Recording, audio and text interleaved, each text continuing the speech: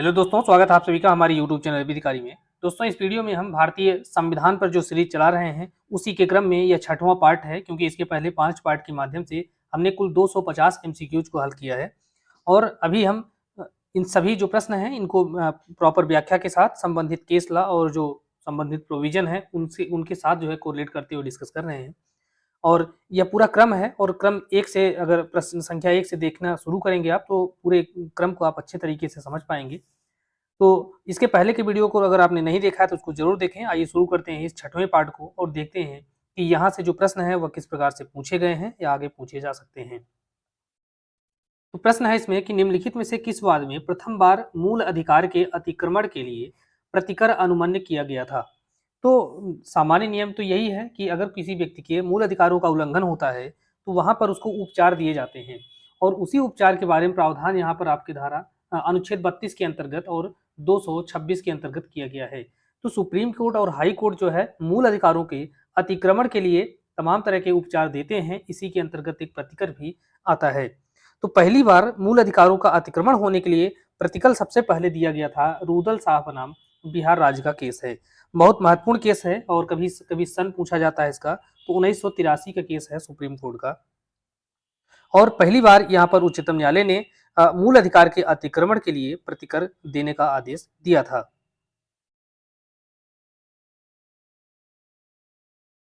अगला प्रश्न है, बंदी प्रत्यक्षीकरण की याचिका का क्या अर्थ है।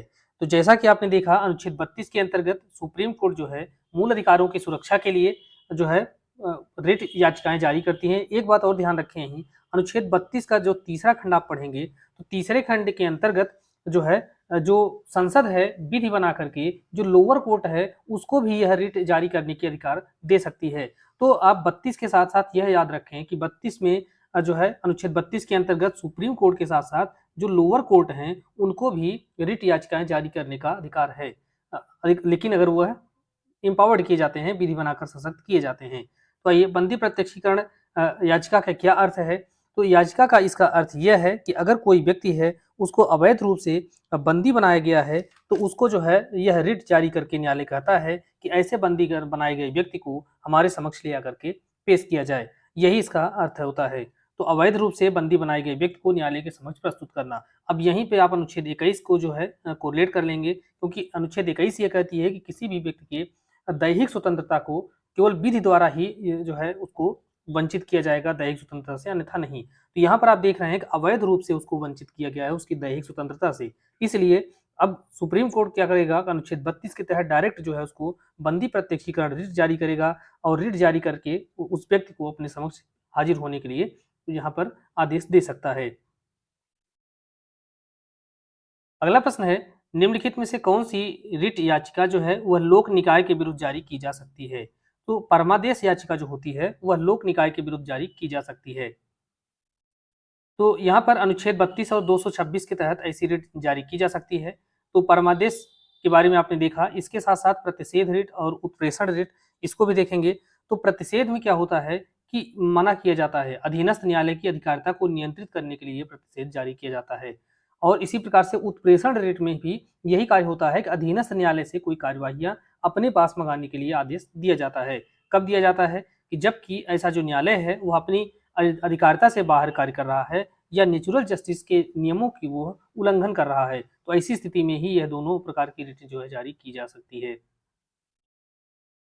अगला प्रश्न है, निम्न में से कौन सी रिट न्यायिक अथवा अर्ध न्यायिक अधिकारियों के विरुद्ध जारी की जा सकती है। तो न्यायिक अधिकारियों के विरुद्ध कौन सी रिट जारी की जाएगी। तो जो उत्प्रेषण रिट होती है, उत्प्रेषण रिट से तात्पर्य यह है किसी न्यायिक अधिकारी के समक्ष कोई मामला विचाराधीन है और जो उच्चतर न्यायालय है अर्थात हाई कोर्ट या सुप्रीम कोर्ट है, उनको ऐसा लगता है कि जो लोअर कोर्ट है वह अपनी अधिकारिता का प्रयोग नहीं कर रहा है या उसका अतिक्रमण कर रहा है या नेचुरल जस्टिस के रूल का वायलेशन कर रहा है, ऐसी स्थिति में उसको आदेश दिया जाएगा कि आप इस मामले को हमारे पास भेज दीजिए। तो अपने पास उस मामले को मंगा सकता है इसी रिट को जारी करके। अगला प्रश्न है, निम्नलिखित में से किस लेख के द्वारा एक राज्य के सर्वोच्च न्यायाधिकरण के निर्णय का न्यायिक पुनर्विलोकन हो सकता है। तो यहाँ पर आप देख रहे हैं कि जब उत्प्रेषण के मामले में होता यह है कि मामले को लोअर कोर्ट से अपने पास जो है हाई कोर्ट या सुप्रीम कोर्ट मंगा लेता है, मंगाने के बाद फिर क्या करता है उसकी वैधता को चेक करता है, उसका पुनर्विलोकन करता है। तो यह जो है बहुत महत्वपूर्ण कॉन्सेप्ट है, इसी तरीके से आप इसको कोरिलेट किए रहेंगे। अगला प्रश्न है, उत्प्रेषण की रिट जारी की जाती है। तो उत्प्रेषण की रिट जो है यह कब जारी की जाती है? तो जब न्यायाधिकरण ने ऐसे अधिकार का प्रयोग किया हो जो उसमें निहित न हो, अर्थात वह कार्य जो है उसने अल्ट्रा वायरस किया है, अपने अधिकारिता से बाहर जाकर के कार्य कर दिया, या उसने नेचुरल जस्टिस के नियमों का उल्लंघन किया, या जब जो गलती है लोअर कोर्ट की गलती है वह देखने से ही दिखाई देती है, तो इस परिस्थितियों में जो है जो हाई कोर्ट या सुप्रीम कोर्ट है उत्प्रेषण रिट जारी करके लोअर कोर्ट से मामले को अपने पास मंगा लेगा और फिर उसका जो है गलतियों को सही करेगा। अगला प्रश्न है, निम्नलिखित रिट में से कौन सी जो रिट है वह केवल न्यायिक या केवल न्यायिक कल्प अर्थात अर्ध न्यायिक प्राधिकारियों के विरुद्ध ही जारी की जा सकती है? तो यहाँ पर यह पूछा जा रहा है केवल न्यायिक या अर्ध न्यायिक अर्थात न्यायिक ही प्राधिकारियों के विरुद्ध जारी की जाएगी, प्रशासनिक जो प्राधिकारी हैं उनके विरुद्ध जारी नहीं की जा सकती है। तो परमादेश के मामले में आप देखते हैं यह किसी के भी विरुद्ध जारी किया जाता है और इसके माध्यम से न्यायालय जो है परम आदेश सुनाता है अपना। बंदी प्रत्यक्षीकरण में कोई भी व्यक्ति है जिसने अवैध रूप से किसी को बंदी बनाया हुआ है उसको जो है यह रिट जारी की जाती है। अधिकार परीक्षा में किसी जो लोक पद को धारण करने वाला, चाहे वह न्यायिक पद हो या गैर न्यायिक पद हो, उससे पूछा जाता है कि आप किस अधिकार से इसको धारण किए हुए हैं। लेकिन उत्प्रेषण रिट के मामले में आप देख रहे हैं कि कोई मामला है वह कहीं चल रहा है, वह न्यायिक प्रकृति का या अर्ध न्यायिक प्रकृति का है, लेकिन प्रशासनिक प्रकृति का नहीं है। तो उससे जो है मामले को न्यायालय अपने पास मंगा लेता है और मंगा करके फिर उसका पुनर्विलोकन करता है, रिव्यू करता है। तो यह केवल और केवल न्यायिक या जो अर्ध न्यायिक हैं उन्हीं के विरुद्ध ऐसा जो रिट है वह जारी किया जाता है। अगला प्रश्न है, किन रिटों में नैसर्गिक न्याय की ओर ध्यान नहीं दिया जाता है? तो यहाँ पर देखेंगे कि नैसर्गिक न्याय के नियमों का पालन किस रिट में जो है सुप्रीम कोर्ट या हाई कोर्ट को पालन करने की जरूरत नहीं है, तो यह है परमादेश। तो इसका क्या तात्पर्य है नैसर्गिक न्याय के नियम का?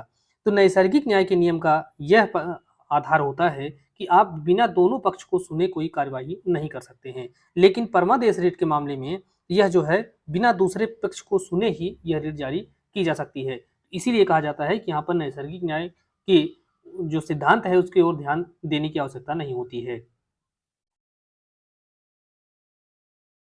अगला प्रश्न है, उच्च न्यायालय के समक्ष बंदी प्रत्यक्षीकरण याचिका तब तक नहीं की जा सकती। तो बंदी प्रत्यक्षीकरण रिट जारी करने के लिए कोई याचिका कब नहीं की जा सकती है? तो जब कोई व्यक्ति न्यायालय के आदेश से निरुद्ध हो।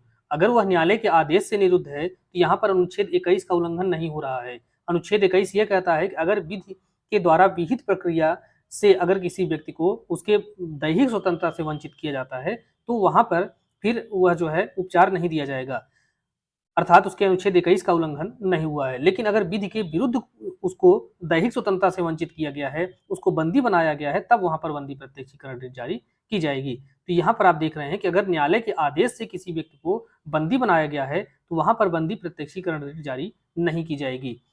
दूसरा है, जब किसी व्यक्ति को राज्य ने निरुद्ध कर रखा है, राज्य ने, तो वह किस आधार पर निरुद्ध कर रखा है इसका कुछ कारण नहीं बताया है, तो इस आधार पर जो है जारी की जा सकती है। जब किसी व्यक्ति को किसी प्राइवेट व्यक्ति ने निरुद्ध कर रखा है तो यहाँ पर भी रिट जारी की जा सकती है। राज्य अथवा प्राइवेट दोनों व्यक्तियों के विरुद्ध जो है ये इन सभी मामलों में जो बंदी प्रत्यक्षीकरण है वह याचिका जारी की जा सकती है। अगला प्रश्न है, संसद विधि बनाकर निम्नलिखित में से किस सेवा के सदस्यों के मूल अधिकारों को निर्बंधित कर सकती है? यह जो है कई बार आपसे पूछा जाता है कि मूल अधिकारों को निलंबित किया जा सकता है, लेकिन ऐसा जो है विधि बनाकर ही संसद के द्वारा विधि बनाई जाएगी और उसके द्वारा किया जाएगा। तो यह जो है किस अनुच्छेद के अंतर्गत ऐसा प्रावधान है और किनके बारे में ऐसा जो प्रावधान है वह किया गया है? तो यहाँ पर इसके लिए आप अनुच्छेद 33 का अनुसरण करेंगे, क्योंकि अनुच्छेद 33 और अनुच्छेद 34 यह दो अनुच्छेद ऐसे हैं कि जो कि यह बताते हैं कि किन व्यक्तियों के मूल अधिकारों को निर्बंधित किया जा सकता है या उस पर रोक लगाई जा सकती है।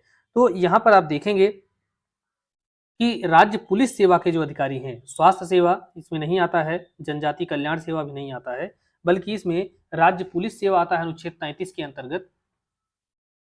और संसद विधि बना करके क्या करेगी कि सशस्त्र बल के जो सदस्य हैं, तो सशस्त्र बल के अंतर्गत तीनों सेनाएं आती हैं, अर्धसैनिक बल आते हैं, लोक से व्यवस्था बनाए रखने वाले जो अधिकारी हैं, जैसे पीएसी है, राज्य पुलिस है, आरएएफ है, ये सब हैं।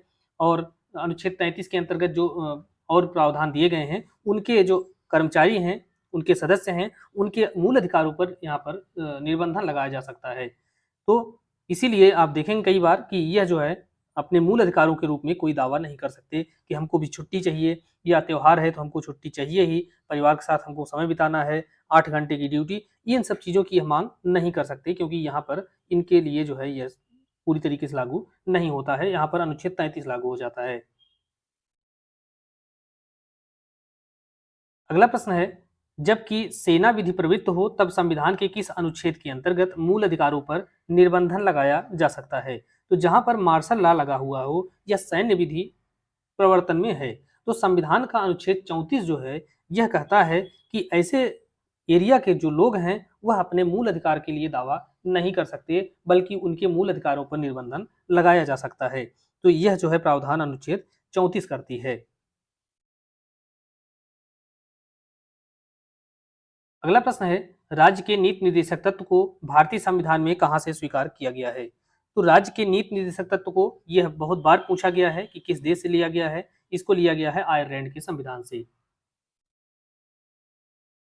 अगला प्रश्न है, राज्य के नीति निर्देशक तत्व संविधान की आत्मा है, जो संविधान के सामाजिक दर्शन को समाविष्ट करते हैं। यह स्टेटमेंट किसका है? तो राज्य के नीति निर्देशक तत्व जो है यह संविधान की आत्मा है। यह जो कथन है वह ऑस्टिन का है, ग्रेनविल ऑस्टिन का। जबकि अनुच्छेद 32 जो है संविधान की आत्मा है, यह डॉक्टर अंबेडकर के द्वारा कहा गया था। तो इस प्रकार के जो स्टेटमेंट हैं उनको आपको याद होना ही चाहिए। अगला प्रश्न है, संविधान में राज्य के नीति निर्देशक तत्व, जिसको डीपीएसपी शॉर्ट में कहा जाता है, का उद्देश्य क्या है? कल्याणकारी राज्य की स्थापना के पर्पज से यह कल्याणकारी राज्य की स्थापना को राज्य को स्थापित करता है। अगला प्रश्न है, निम्न में से कौन राज्य के नीति निर्देशक तत्व का उद्देश्य नहीं है? तो राज्य के नीति निर्देशक तत्व का उद्देश्य क्या है? तो यह है, पहली बात तो कल्याणकारी राज्य की स्थापना की बात करता है।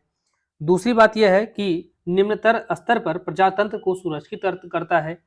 धर्म आधारित राज्य की स्थापना, तो धर्म आधारित राज्य की स्थापना यह हो ही नहीं सकता, क्योंकि हमारा जो संविधान है वह एक पंथ निरपेक्ष राज्य की स्थापना की बात करता है।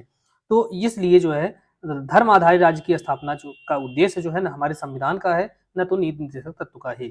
कर्मकारों को निर्वाह मजदूरी सुनिश्चित करना, तो यह भी जो है अनुच्छेद 43 जो है इस बात की गारंटी नहीं देता, बल्कि इसके बारे में प्रावधान किया गया है कि इसको भी लागू किया जा सकता है राज्य के द्वारा। अगला प्रश्न है, भारतीय संविधान सामाजिक क्रांति के द्वारा सामाजिक न्याय की स्थापना के लिए निम्नलिखित में से कौन से मार्ग का प्रावधान करता है? तो हम सामाजिक न्याय, सामाजिक क्रांति के द्वारा सामाजिक न्याय की स्थापना कर सकते हैं, लेकिन उसके लिए हम किस मार्ग का अनुसरण करेंगे? प्रजातांत्रिक समाजवाद। तो ऐसा समाजवाद जिसमें लोकतंत्र भी हो, अर्थात सामान्य जो जनता है उसकी भी भागीदारी हो और समाज की भी भागीदारी होनी चाहिए। इसके माध्यम से हम क्या कर सकते हैं? सामाजिक न्याय के मार्ग को और भी मजबूत कर सकते हैं। अगला प्रश्न है, राज्य के नीति निर्देशक तत्व के पीछे बाध्यकारी बल है, किसका बाध्यकारी बल है? तो यहाँ पर संविधान का कोई बाध्यकारी बल है नहीं, बल्कि किसका है? लोकमत का। तो इसीलिए अगर आप देखें तो जो जब जब चुनाव होते हैं तब तक यह नीति निर्देशक तत्व के अंतर्गत जो बातें दी गई हैं इन्हें ही लागू करने का वादा किया जाता है। अगला प्रश्न है, राज्य के नीति निर्देशक तत्व का सीधा संबंध किससे है? तो राज्य के नीति निर्देशक तत्वों का सीधा संबंध जो है यह सामाजिक न्याय, आर्थिक न्याय और राजनीतिक न्याय, इन सभी से इनका सीधा संबंध है। क्योंकि अगर आप इसको देखेंगे तो यहाँ से आपको यह तीनों प्रकार के न्याय की बात दिखाई देती है। अगला प्रश्न है, राज्य के नीति निर्देशक सिद्धांत यह कैसे हैं? यह न्यायोचित हैं या गैर न्यायोचित? तो न्यायोचित हैं, इसलिए अगर यह लागू किए जाएं तो कि वह जो है अन्याय नहीं होगा, बल्कि न्याय जो है या लोक कल्याणकारी राज्य की स्थापना की जा सकती है इसको लागू करके। अगला प्रश्न है, राज्य के नीति निर्देशक तत्व किसी न्यायालय के द्वारा प्रवर्तनीय नहीं है, कथन एक सही है। कारण इसका क्या है कि राज्य की नीति निर्देशक तत्व देश के शासन में मूलभूत हैं। तो यह मूलभूत तो हैं, लेकिन न्यायालय के द्वारा वह प्रवर्तनीय नहीं है। यहाँ पर दोनों जो बातें हैं वह सही हैं। पहला भी कथन सही है और दूसरा भी कथन सही है। तो संविधान का अनुच्छेद 37 जो है इस बात की घोषणा करता है। तो 37 के अंतर्गत बताया गया कि इस भाग में अंतर्विष्ट जो उपबंध हैं वह न्यायालय के द्वारा प्रवर्तनीय नहीं होंगे, लेकिन इसके बावजूद यह जो है देश के शासन में मूलभूत हैं, इस बात की घोषणा करता है। अगला प्रश्न है, राज्य के नीति निर्देशक सिद्धांत क्या हैं? तो राज्य के नीति निर्देशक सिद्धांत क्या हैं? तो संविधान के निर्माताओं का मुख्य उद्देश्य तो मुख्य उद्देश्य नहीं है, बल्कि एक तरीके से यह गाइडलाइन की तरह है कि आप जो है इसको लागू कर सकते हैं। ये ऐसे सिद्धांत हैं जिनके द्वारा राज्य को अच्छा शासन चलाने का निर्देश दिया गया है। यह बात बिल्कुल सही है। यहाँ पर डायरेक्शन है एक तरीके से, इसलिए यह बाध्यकारी नहीं है और न ही कोई व्यक्ति इस बात को लागू कराने के लिए दावा कर सकता है, बल्कि सरकार जो है अपनी सामर्थ्य के अनुसार इसको लागू करती है। तीसरा है, ये ऐसे कल्याणकारी राज्य की स्थापना के आदर्श हैं जिन्हें अच्छे विचार के व्यक्तियों के द्वारा अपनाया जाना चाहिए। तो यहाँ पर व्यक्तियों के द्वारा अपनाने का कोई अर्थ नहीं है, क्योंकि यह राज्य के द्वारा अपनाया जाए तो सही है। संविधान के भाग 3 के द्वारा लागू ऐसे सामाजिक अधिकार जिनका व्यक्तिगत अधिकार के रूप में अनुमोदन है, तो यह भाग 3 के अंतर्गत नहीं आता बल्कि भाग 4 के अंतर्गत आता है। अगला प्रश्न है, निम्नलिखित में से किस संशोधन के द्वारा राज्य के नीति निर्देशक तत्व को मूल अधिकारों पर वरीयता दे दी गई थी? तो यहाँ पर राज्य के नीति निर्देशक तत्वों को मूल अधिकारों पर वरीयता दे दी गई थी 42वां संविधान संशोधन 1976 के द्वारा। जब यह संशोधन किया गया तो इसके माध्यम से फिर एक बहुत विकट स्थिति पैदा हो गई और 25वां यह जो है 42वां संविधान संशोधन हुआ। तो इसके द्वारा जो है फिर क्या किया गया कि जो नीति निर्देशक तत्व हैं उनको ये कहा गया कि इसको लागू करने के लिए हम मूल अधिकारों का भी उल्लंघन कर सकते हैं। हालांकि बाद में मिनर्वा मिल्स के केस में इसे असंवैधानिक घोषित कर दिया गया था। अगला प्रश्न है, निम्नलिखित राज्य के नीति निर्देशक तत्वों में से कौन सा संविधान के 42वें संशोधन के द्वारा अंतःस्थापित किया गया था? तो 42वें संविधान संशोधन के द्वारा इसमें से कौन सी बात यहाँ पर अंतःस्थापित की गई थी या जोड़ी गई थी? तो कार्यपालिका से न्यायपालिका का पृथक्करण, तो यह जो है नहीं जोड़ी गई थी क्योंकि यह पहले से ही यहाँ पर विद्यमान है और इसके बारे में जो प्रावधान है आपका अनुच्छेद 50 के अंतर्गत दिया गया है।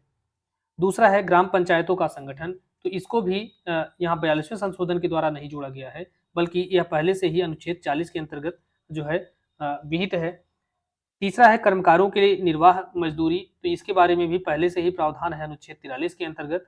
उद्योगों के प्रबंध में कर्मकारों का भाग लेना, तो उद्योगों के मैनेजमेंट में कर्मकारों का भाग लेना, यही जो है अनुच्छेद 43A के अंतर्गत इसको जोड़ा गया 42वें संविधान संशोधन अधिनियम के द्वारा। तो यहाँ पर 42वें संशोधन के तहत यह चौथा जो खंड है इसे ही स्थापित किया गया था।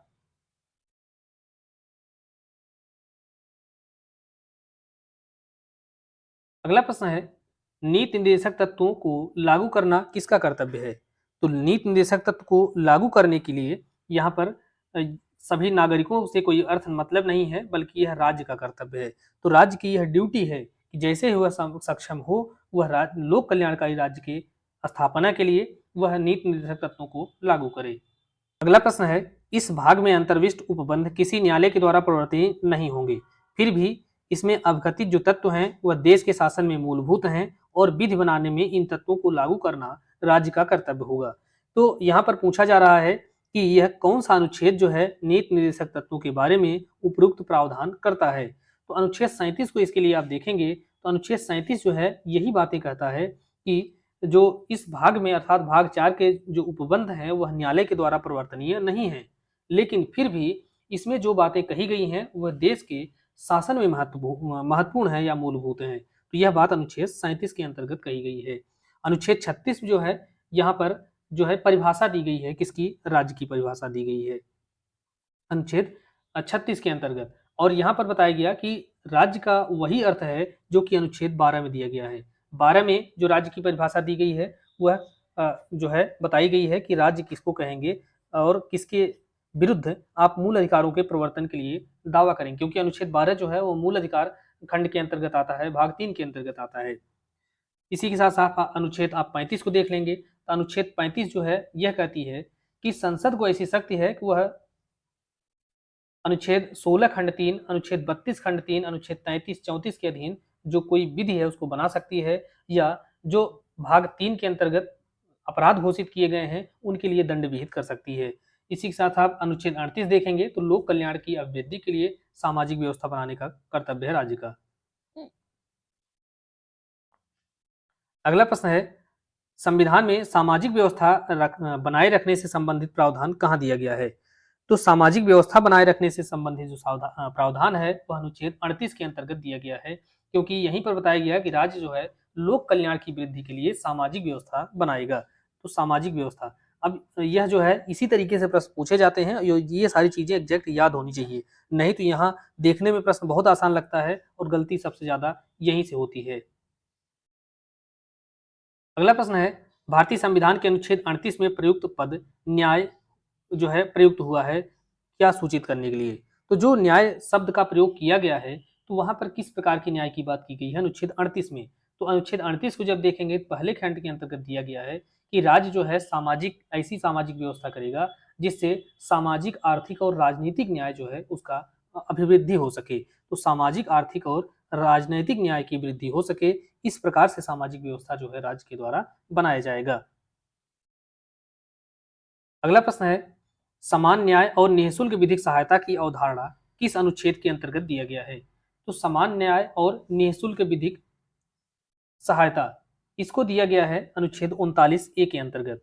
तो संविधान के अनुच्छेद 39 ए के अंतर्गत इसको दिया गया है और यह प्रारंभ से नहीं था बल्कि 1977 में इसको अंतःस्थापित किया गया है। तो अनुच्छेद 39 ए को कभी पूछा जाए तो सामान्यतः अगर संविधान संशोधन पूछा जाता है तो या वर्ष पूछा जाता है तो 1977 में ही इसको अंतःस्थापित किया गया था और अब 42वां संविधान संशोधन है।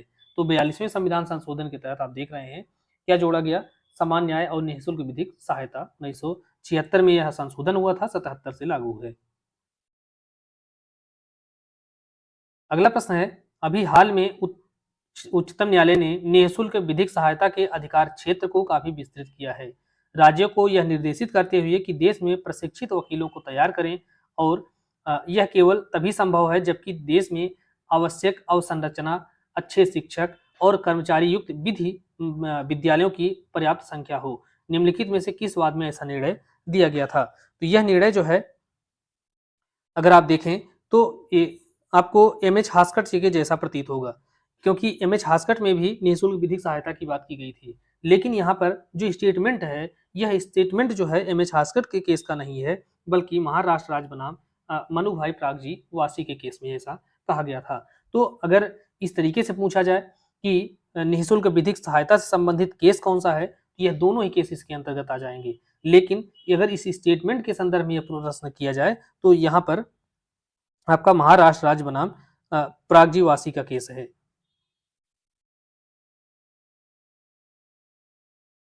अगला प्रश्न है, निम्नलिखित में से कौन सा भारतीय संविधान के अंतर्गत एक मूल अधिकार नहीं है?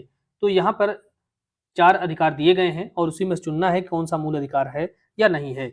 तो आप देखें कि समता का अधिकार जो है यह मूल अधिकार के अंतर्गत आता है, अनुच्छेद 14 में दिया गया है और 14 जो है अध्याय मूल अधिकार चैप्टर के अंतर्गत आता है।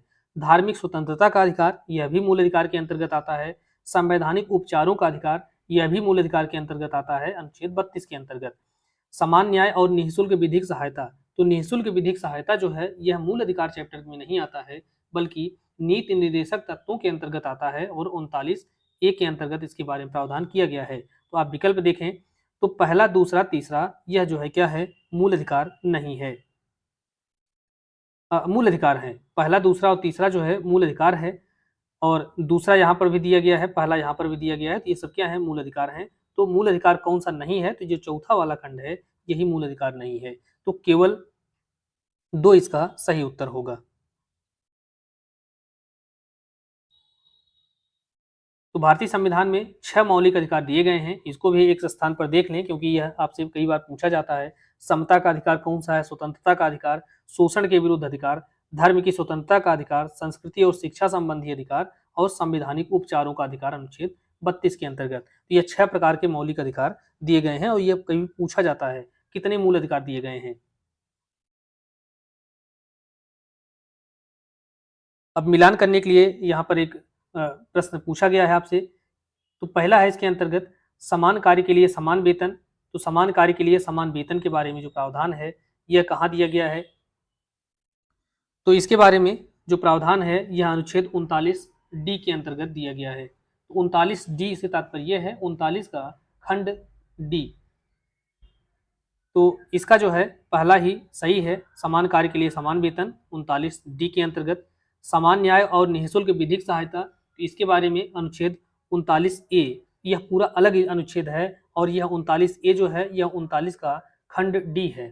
तो यह भी सम्मिलित है। सामान्य सिविल संहिता के बारे में अनुच्छेद 44 में प्रावधान है और वन और वन्य जीवों की रक्षा तथा उनमें सुधार के बारे में अनुच्छेद 48A के अंतर्गत प्रावधान किया गया है। तो यहाँ पर 1, 2, 3, 4 यह सभी क्या है? सुमेलित हैं। अगला प्रश्न है विधिक सहायता प्राप्त करने का अधिकार किसे है? तो विधिक सहायता प्राप्त करने का अधिकार किसे है? तो निःशुल्क विधिक सहायता के बारे में आपको अनुच्छेद 39A में प्रावधान दिया गया है और इसके तहत स्त्री या बच्चों को, SC/ST के सदस्यों को, अर्थात इन सभी ही लोगों को यह अधिकार प्राप्त होता है। और इससे संबंधित केस कौन सा है? तो MS हास्कट बनाम महाराष्ट्र राज्य 1978 का केस है और इसी में बताया गया था कि निःशुल्क विधिक सहायता जो है यह एक व्यक्तियों का मूल अधिकार है। अगला प्रश्न है भारतीय संविधान के किस अनुच्छेद में समान न्याय और निःशुल्क विधिक सहायता के बारे में बात की गई है? अनुच्छेद 39A के अंतर्गत। अगला प्रश्न है समान कार्य के लिए समान वेतन से संबंधित जो प्रावधान है यह कहाँ पर दिया गया है? तो समान कार्य के लिए समान वेतन के बारे में जो प्रावधान आप देख रहे हैं यह राज्य के नीति निर्देशक तत्व के अंतर्गत दिया गया है। अगला प्रश्न है सुमेलित कीजिए। तो यहाँ पर देखेंगे कौन सा सही जोड़ा जो है सुमेलित बन रहा है। तो इसके अंतर्गत पहला है अनुच्छेद 39A। तो 39A के अंतर्गत जो प्रावधान है वह दिया गया है निःशुल्क विधिक सहायता के बारे में। तो ए का हो गया चौथा। तो ए का चौथा यहाँ पर देखें तो ए का यहाँ पर पहला दिया गया, पहला तो होगा नहीं, अर्थात यह दूसरे और तीसरे में से कोई होगा। दूसरा है अनुच्छेद 43। तो 43 के अंतर्गत प्रावधान किस बात का है? तो कर्मकारों के लिए निर्वाह मजदूरी के बारे में प्रावधान किया गया है। तो बी का पहला हो गया। तो बी का पहला यहाँ भी है, यहाँ भी है। उसके बाद अनुच्छेद 44 के अंतर्गत समान सिविल संहिता के बारे में प्रावधान किया गया है, अर्थात सी का दूसरा। तो सी का दूसरा जो है यह हो गया। उसके बाद अनुच्छेद 50 के अंतर्गत कार्यपालिका का न्यायपालिका से पृथक्करण। तो यहाँ पर तीसरा जो विकल्प है यही सही सुमेलित है। अगला प्रश्न है निम्नलिखित में से कौन सा राज्य के नीति निर्देशक तत्व नहीं है? तो निदेशक तत्व इसके अंतर्गत कौन कौन से हैं, कौन नहीं है, इसको देखना है। तो निःशुल्क विधिक सहायता यह निदेशक तत्व के अंतर्गत आता है। 39A में इसके बारे में प्रावधान दिया गया है। और कुछ दशाओं में काम, शिक्षा और लोक सहायता पाने का अधिकार यह भी निदेशक तत्व है। इसके अनुच्छेद 41 में प्रावधान है। भोजन, आश्रय, कपड़ा पाने का अधिकार यह निदेशक तत्व के अंतर्गत नहीं आता है, बल्कि यह मूल अधिकार के अंतर्गत आता है। तो मूल अधिकार के अंतर्गत यह डायरेक्ट कहीं नहीं दिया गया है, बल्कि सुप्रीम कोर्ट ने समय समय पर अपने जजमेंट के माध्यम से इसको मूल अधिकार घोषित किया है।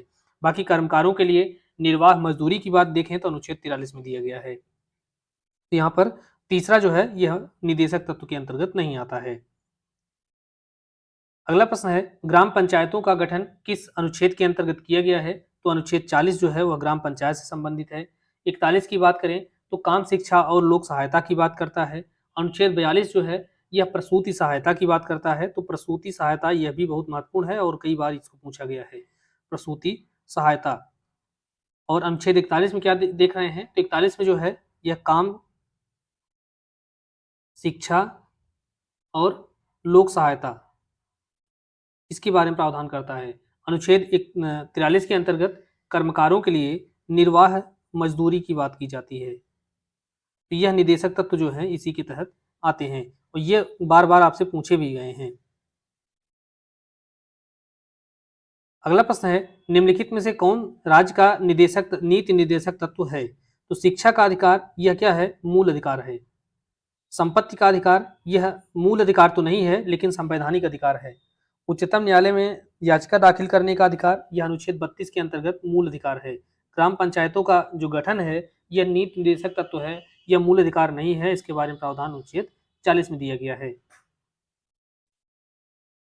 अगला प्रश्न है संविधान के अंतर्गत काम का अधिकार कहाँ पाया जाता है? तो काम का अधिकार जैसा कि आपने देखा, काम, शिक्षा और लोक सहायता, यह अधिकार जो है अनुच्छेद 41 में अधिकार नहीं है, बल्कि निदेशक तत्व के अंतर्गत आता है। तो इसे काम का अधिकार जो है व्यक्तियों को तब होगा जबकि इसके लिए जो है विधि बनाए। तो यह मूल अधिकार नहीं है, बल्कि क्या है, निदेशक तत्व है अनुच्छेद 41 में आने के कारण। अगला प्रश्न है, निम्नलिखित में से कौन एक राज्य के नीति निर्देशक तत्व नहीं है? तो ग्राम पंचायतों का गठन यह नीति निर्देशक तत्व के अंतर्गत आता है। नागरिकों और गैर नागरिकों के लिए समान सिविल संहिता, तो नागरिकों और गैर नागरिकों के लिए समान सिविल संहिता नहीं होगी, बल्कि भारत के नागरिकों के लिए केवल होगी समान सिविल संहिता। तो यह निदेशक तत्व नहीं है। काम, शिक्षा और लोक सहायता पाने का जो अधिकार है यह दिया जा सकता है विधि बना करके अनुच्छेद 41 में, इसलिए यह निदेशक तत्व है। और यह कार्यपालिका से न्यायपालिका का पृथककरण अनुच्छेद 50 के अंतर्गत आने के कारण क्या है, निदेशक तत्व के अंतर्गत आता है। अगला प्रश्न है, भारत का संविधान किस अनुच्छेद के अंतर्गत प्रसूति राहत के प्रावधानों को बताता है? तो अनुच्छेद 42 जो है यह बात करता है प्रसूति सहायता या प्रसूति राहत की। तो काम की न्याय संगत और मानवोचित दशाओं की, उसके साथ साथ प्रसूति सहायता का उपबंध जो है वह राज्य कर सकता है। अगला प्रश्न है, उद्योगों के प्रबंध में कर्मकारों का भाग लेना भारतीय संविधान के किस अनुच्छेद में दिया गया है? तो कर्मकारों से संबंधित आप अनुच्छेद की बात करें तो यह जो है आपको अनुच्छेद 43 मिलता है, अगर याद नहीं है एग्जैक्ट तब। तो अनुच्छेद 43 के अंतर्गत एक बाद जो है एक नया अनुच्छेद जोड़ा गया, अनुच्छेद 43A। इसको कब जोड़ा गया है? तो 42वें संशोधन के, संविधान संशोधन के द्वारा। और इसमें यह प्रावधान किया गया कि जो इंडस्ट्री की मैनेजमेंट है उसमें जो है वर्कर भी पार्टिसिपेट करेंगे। अगला प्रश्न है, कौन सा अनुच्छेद समान नागरिक संहिता के बारे में बात करता है? तो समान सिविल संहिता से संबंधित जो प्रावधान है यह अनुच्छेद 44 में दिया गया है। अगला प्रश्न है, एक रोमन कैथोलिक पादरी केस है और इस केस का जो नाम है वह है जॉन वाल मट्टम बनाम भारत संघ। 2003 का केस है और यह पूछा जा रहा है कि यह किस विषय से संबंधित है। तो जैसा कि अगर आपको एग्जैक्ट पता नहीं है तो भी आप इसका कोरिलेट कर सकते हैं कि यह समान सिविल संहिता से ही संबंधित है, क्योंकि रोमन कैथोलिक पादरी का मामला है, यह हिंदू से संबंधित हो ही नहीं सकता। तो यह जो है किससे संबंधित है? तो समान सिविल संहिता से संबंधित है। और समान सिविल संहिता के बारे में प्रावधान कहाँ दिया गया है? तो अनुच्छेद 44 में। तो यहाँ पर एक और केस है सरला मुदगल बनाम भारत संघ, वो भी इसी से संबंधित है, सिविल संहिता से ही। अगला प्रश्न है, भारत के संविधान के अंतर्गत निम्नलिखित में से कौन राज्य के नीति निर्देशक तत्वों में वर्णित नहीं है? तो कौन सा इसमें जो है निदेशक तत्वों के अंतर्गत नहीं आता है? तो जीविका के पर्याप्त साधन का अधिकार, समान कार्य के लिए समान वेतन, अंतर्राष्ट्रीय शांति और सुरक्षा में वृद्धि, यह तीनों जो है यह नीति निर्देशक तत्व के अंतर्गत आते हैं। जबकि 14 वर्ष की आयु तक के बच्चों के लिए निःशुल्क और अनिवार्य शिक्षा, यह जो है पहले भी नीति निर्देशक तत्व के अंतर्गत आता था, लेकिन अब जो है यह फंडामेंटल राइट बन गया है अनुच्छेद 21A जोड़ करके। अगला प्रश्न है, निम्नलिखित में से कौन सा तत्व राज्य के नीति निर्देशक तत्व में नहीं है? तो इसमें से कौन नीति निर्देशक तत्व के अंतर्गत नहीं आता है? तो ग्राम पंचायतों का गठन अनुच्छेद 40 में नीति निर्देशक तत्व में है। निःशुल्क और अनिवार्य शिक्षा यह अनुच्छेद 21 में आने के कारण यह क्या है? मूल अधिकार है, नीति निर्देशक तत्व के अंतर्गत यही नहीं आता। बाकी अनुच्छेद 42 के अंतर्गत काम की न्याय संगत और प्रसूति सहायता और SC/ST और अन्य दुर्बल वर्ग की शिक्षा और अर्थ संबंधी प्रावधान जो है अनुच्छेद 46 में, यह सभी नीति निर्देशक तत्व के अंतर्गत आते हैं। अगला प्रश्न है, निम्नलिखित में से कौन सही सुमेलित नहीं है? तो अनुच्छेद 40 ग्राम पंचायतों के गठन की बात करता है, यह सुमेलित है। उसके बाद अनुच्छेद 47 में अनुसूचित जाति, अनुसूचित जनजाति और अन्य कमजोर वर्ग के उत्थान के लिए प्रावधान, तो यह जो है अनुच्छेद 47 में नहीं है बल्कि 46 के अंतर्गत दिया गया है। और अनुच्छेद 47 में पोषाहार स्तर और जीवन स्तर को लोक स्वास्थ्य के सुधार के बारे में प्रावधान दिया गया है। बाकी 48 में कृषि और पशुपालन से संबंधित, 39 में समान न्याय और निःशुल्क विधिक सहायता से संबंधित प्रावधान दिया गया है। अगला प्रश्न है, भारत के संविधान में संशोधनों के द्वारा सम्मिलित किए गए निम्नलिखित उपबंधों का सही कालानुक्रम क्या है? तो जो संविधान संशोधन के द्वारा समय समय पर यहाँ पर जोड़े गए उनका टाइम पूछा जा रहा है कि सही कालानुक्रम बताइए। तो शिक्षा का अधिकार मूल अधिकार के रूप में जोड़ा गया है। इसको कब जोड़ा गया? तो इसको जो है 86वां संविधान संशोधन हुआ था और उसी के तहत यह 2009 में जोड़ा गया है। सुप्रीम कोर्ट में अपील के लिए प्रमाण पत्र की बात जो की जाती है उसको जोड़ा गया था 1978 में। 1978 में इसको जोड़ा गया है। इसी प्रकार से नगर पालिका अधिनियम, तो यह बहुत पुराना अधिनियम है, 1916 का अधिनियम है। निःशुल्क विधिक सहायता, तो इसके बारे में जो प्रावधान जोड़ा गया है वह 1987 में जोड़ा गया था। तो इस प्रकार से अगर आप देखें तो 4, 2, 3, 1 पहला विकल्प आपका सही सुमेलित है। अगला प्रश्न है, निम्नलिखित में से कौन सा एक राज्य के नीति निर्देशक तत्व नहीं है? तो समान न्याय और निःशुल्क विधिक सहायता, तो यह निःशुल्क विधिक सहायता जो है निर्देशक तत्व है। कृषि और पशुपालन, यह भी इसी के अंतर्गत आता है। पर्यावरण का संरक्षण और संवर्धन, यह भी इसी में आता है। उसके बाद आता है प्राइवेट उद्योगों को सहायता। तो प्राइवेट उद्योगों को सहायता जो है यह निदेशक तत्व के अंतर्गत, नीति निर्देशक तत्व के अंतर्गत नहीं आता है। तो यहाँ पर आपका जो चौथा है यही नहीं है। अगला प्रश्न है, भारत के संविधान के अंतर्गत निम्नलिखित में से कौन राज्य के नीति निर्देशक तत्व सिद्धांत में वर्णित नहीं है? तो यहाँ पर कौन सा वर्णित नहीं है? तो जीविका के पर्याप्त साधन का अधिकार, यह भी है। समान कार्य के लिए समान वेतन भी है। अंतर्राष्ट्रीय शांति और सुरक्षा की अभिवृद्धि भी है। लेकिन 14 वर्ष तक के बालकों को निःशुल्क और विधिक शिक्षा जो है अनिवार्य शिक्षा, यह अनुच्छेद 21 के अंतर्गत 21A के अंतर्गत आने के कारण मूल अधिकार है। तो यहाँ पर इन सारे प्रश्नों को बार बार इसलिए शामिल किया गया है बहुत ताकि सारी चीज़ें याद हो जाएं, क्योंकि यहाँ से गलतियां बहुत होती हैं और उन्हीं गलतियों को दूर करने के कारण ताकि ये सारे अनुच्छेद आपको क्रम से याद हो जाएं, हमने बार बार इन सारे प्रश्नों को यहाँ पर शामिल किया है और आपने अभी तक 300 प्रश्नों को एमसीक्यूज के रूप में हल किया। आगे के प्रश्नों को हम अगले वीडियो में देखेंगे। आप चैनल पर बने रहिए, सब्सक्राइब कीजिए, इसको ज्वाइन भी कीजिए। मिलते हैं नेक्स्ट वीडियो में। धन्यवाद।